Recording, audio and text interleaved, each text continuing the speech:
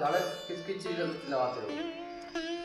देखो, झाड़ा तो हमारे यहाँ बालाजी की शक्ति बैठी है, गुरु गोरखनाथ की बैठी है, और ये सभी जानते हैं गुरु गोरखनाथ के धोने पे सभी शक्ति विराजमान होती है।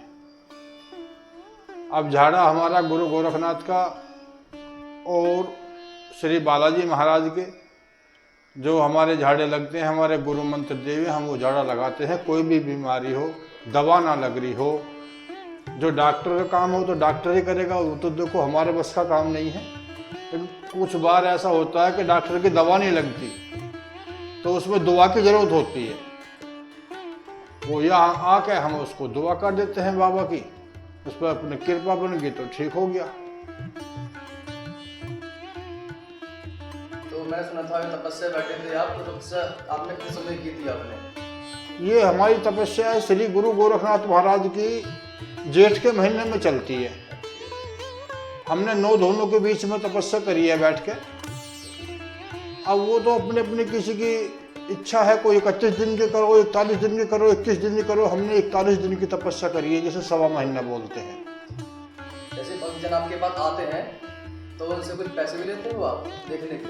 देखो, पैसा तो हमारे पास बच्चे हमारे कमा रहे हैं, बच्चों का हमें पूरा सहयोग है, बच्चे हमें कमा कर दे रहे हैं, तो हम इसमें क्या पैसे लेंगे। हमें बाबा की कृपा हुई है। अब तो हम ये है कि कोई हमारे यहाँ आए और फायदा उठाए और ठीक हो जाए, बस यही हमारी कमाई है। तो अगर यहाँ पे कोई आना चाहेगा तो यहाँ पे आने का कोई एड्रेस आप बताएंगे, जैसे कि आसान पड़े आने में भक्तजनों को?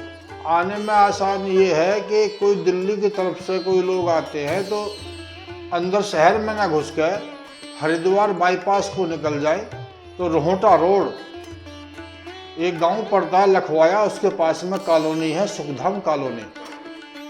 सुखधाम कॉलोनी में ही हमारा स्थान है, दरबार है हमारा। प्रत्येक रविवार को हमारा दरबार लगता है।